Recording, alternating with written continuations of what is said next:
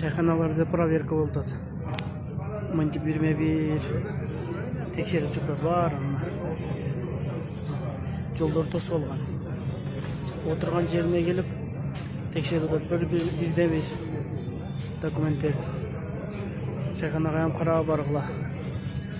Отырабыз качан текшерип берет экен деп.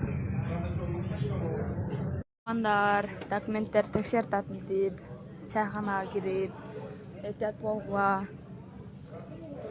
Ар бир столдон текшерип эме кылып атат, эшиктерди жабып алып.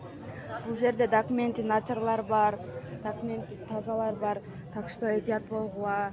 Азыр биз чайханада ооз ачып чай ичип атсак, ар бири келип алып эме кылып текшерип жүрөт. Этият болуңуздар.